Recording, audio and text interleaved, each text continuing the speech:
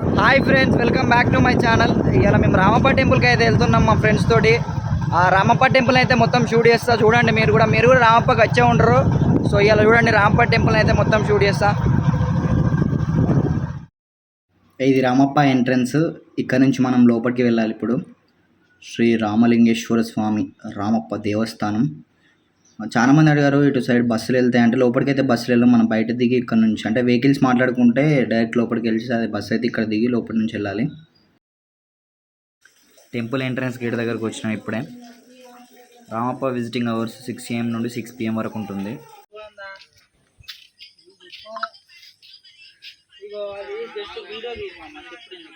రామప్ప దేవాలయం 1213లో రుద్రుడు అయితే నిర్మించిండు.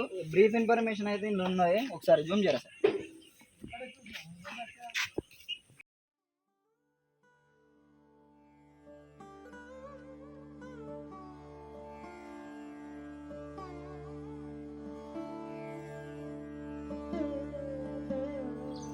So friends, ఈ గుడి ములుగు జిల్లా వెంకటాపురం మండలం పాలంపేట అనే గ్రామంలో ఉన్నది ఈ గుడి. పూర్వం రేచర్ల రుద్రుడు అయితే ఈ గుడిని నిర్మించిండు.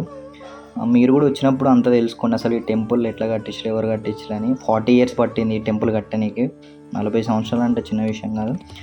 సో ఈ గుడి దర్శించుకోనికి ఇక్కడ నుండే కాకుండా ఇతర దేశం నుండి లైక్ ఫారినర్స్ కూడా వస్తారు. మన ముందు నుంచి అయితే వెళ్తున్నాడు ఒక వ్యక్తి, మేబీ ఫారినరే అనుకుంటా. సో మనమైతే గుడికి వెళ్దాం లోపలికి. మనం టెంపుల్కి వెళ్ళే ముందు అయితే కాళ్ళు అయితే కడుక్కోవాలి. సో మామూలు అయితే కాళ్ళు కడుక్కుంటారు. ఓ నా వాష్ ఏరియా అయినా మొత్తం హైదరాబాద్ లాంగ్వేజ్ అయినది. విశ్వంత్ వెళ్ళండి. టెంపుల్ లోపలికి అయితే ఎంటర్ అవుతున్నాం.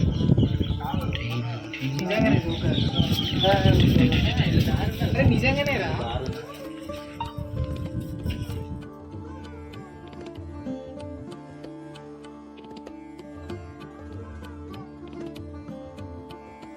300 శిల్పులు అయితే కష్టపడ్డారండి గుడి నిర్మించనీకి, అంటే చెక్కనీకి, ఆ శిల్పాలు చెక్కనీకి. ప్రధాన శిల్పి వచ్చేసి రామప్ప. అందుకే గుడి పేరు దేవుని పేరు కాకుండా రామప్ప అని పెట్టడం జరిగింది. ఎక్కడ ఉండదు, అన్ని గుడిలలో దేవుని పేరే ఉంటుంది. బట్ ఈ టెంపుల్లో రామప్ప అని పెట్టడం ఈ గుడి యొక్క ప్రత్యేకత.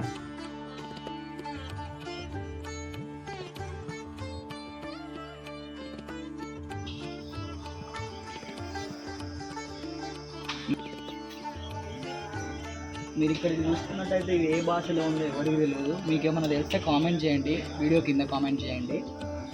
కొందరు అంటున్నారు కదా, ఈ టెంపుల్ యొక్క కట్టడం అంటే ఈ టెంపుల్ బిల్డ్ ఎట్లా చేశారో అది రాసింది అంటున్నారు. కొందరేమో స్వరంగ మార్గం ఎట్లుంటుందో అది ఒక దారి అంటున్నారు. సో మీకు ఏమైనా తెలిస్తే కామెంట్ చేయండి. ఈ లాంగ్వేజ్ ఏంటి, ఫస్ట్ ఈ లాంగ్వేజ్ ఏంటో ఎవరికి తెలియదు. ఫస్ట్ ఈ లాంగ్వేజ్ ఏంటో కామెంట్ చేయండి. ఇది నంది. ఫస్ట్ మనమైతే లోపలికి వెళ్దాం. లోపలికి వెళ్ళాక నంది దగ్గరికి వెళ్దాం. ఇన్ని నుంచి వెళ్దాం లోపలికి. ఈ గుడి లోపల ఉన్న శిల్పాలు, స్తంభాలపై ఉన్న శిల్పాలు అతి సుందరమైనవి. ఇక్కడ చూసుకున్నట్టయితే లోపల ఈ పిల్లర్ ఉంది కదా, ఇది నాట్యం చేసే ప్రాంగణం అంట. ఇక్కడ నాట్యం చేసేవారంట పూర్వం. నాట్యకత్తల విగ్రహాలు కూడా చూడండి పైన ఉన్నాయి. ఇది ప్లేస్, నాట్యం చేసే ప్లేస్ ఇక్కడ.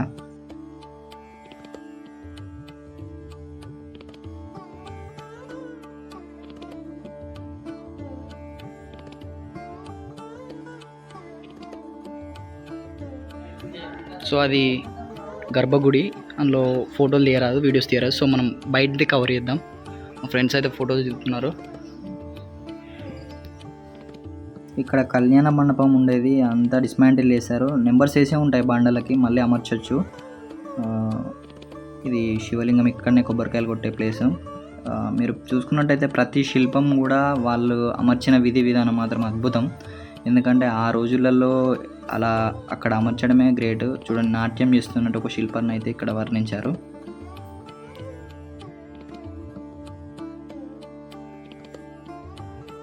నంది, ఈ రామప్ప టెంపుల్లో ఈ నంది ఏంటంటే, మనం ఎట్ సైడ్ నుంచి చూసినా కూడా డైరెక్ట్ మనకు ఐ కాంటాక్ట్ ఉంటుంది నంది వన్ సైడ్గా. ఏ టెంపుల్లో కూడా ఇట్లా ఉండదు. అంటే ఆ కాకతీయ రాజులు అట్లా అమర్చిలు దీన్ని. చూడండి, మీకు ముందుకెళ్ళి చూపిస్తాను కొంచెం. సరే, మనం ఎట్ సైడ్ నుంచి చూసినా కూడా మనకు ఐ కాంటాక్ట్ స్ట్రైట్గా ఉంటుంది. అంటే రెడీ టు, అంటే లేవనికి సిద్ధంగా ఉన్నట్టుగా అమర్చాడు. కొంచెం బెండ్ అయి ఉంటుంది. నేను ఇటు సైడ్ వెళ్తే సేమ్ మనం చూసినట్టే ఉంటుంది.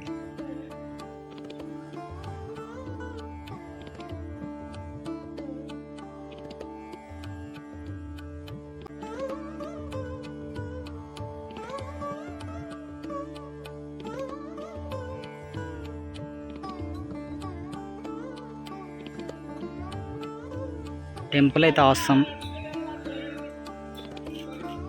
కొబ్బరికాయలు మామిడి చెట్టు కింద కొట్టాలి, ఇక్కడ లింగం కింద, శివలింగం కింద. ఫ్రెండ్స్ అయితే కొడతారు. దేవుడా నా బీటెక్ పాస్ అయ్యి మంచి జాబ్తో బయటికి రావాలి అని మొక్కుతున్నాడు కళ్యాణ్.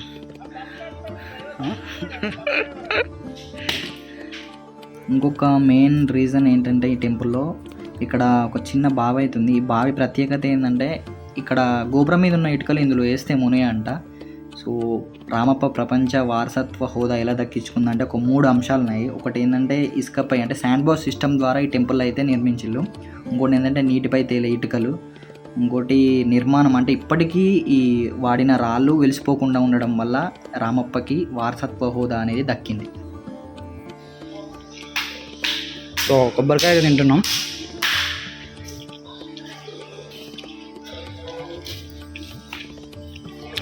ఓం నమ శివాయ.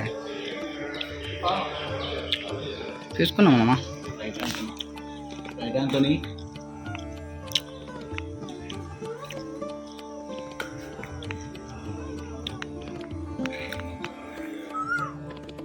లోపల అభిషేకం, లింగానికి అభిషేకం చేసిన నీళ్ళు ఇలా వస్తాయి. ఇలా వచ్చి అవి పైపుగా ఉండి మళ్ళీ కిందికి పోతాయి. చూడండి మీరు,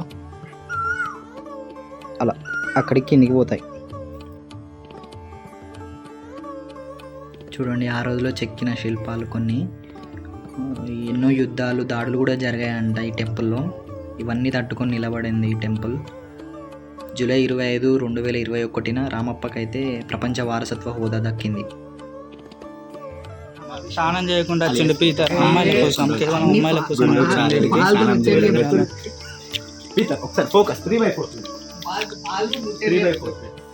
సో ఫ్రెండ్స్, ఇది రుద్రేశ్వర ఆలయం అంటారు. అంటే దీనికన్నా ముందు ఒక డెమో టెంపుల్ లాగా, అంటే ప్రోటో టెంపుల్ లాగా ఒక ఆలయాన్ని అయితే నిర్మించారు. అదే ఇది కాటేశ్వర ఆలయం. ఇందులో ప్రజెంట్ అయితే పూజలు జరగట్లేదు, శివలింగం డ్యామేజ్ అయిపోయింది.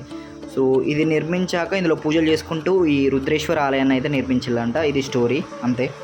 ఫ్రెండ్స్, బ్లాగ్ అయితే అయిపోయింది. మీరు కూడా రామప్పకు వచ్చినప్పుడు ఇక్కడ టైమింగ్స్ లోపల ఎట్లుంటుంది అంతా నా డిస్క్రిప్షన్లో అయితే మెన్షన్ చేస్తా.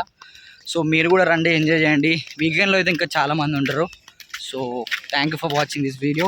Please like, share, subscribe to dance lover Kishore. Thank you, bye.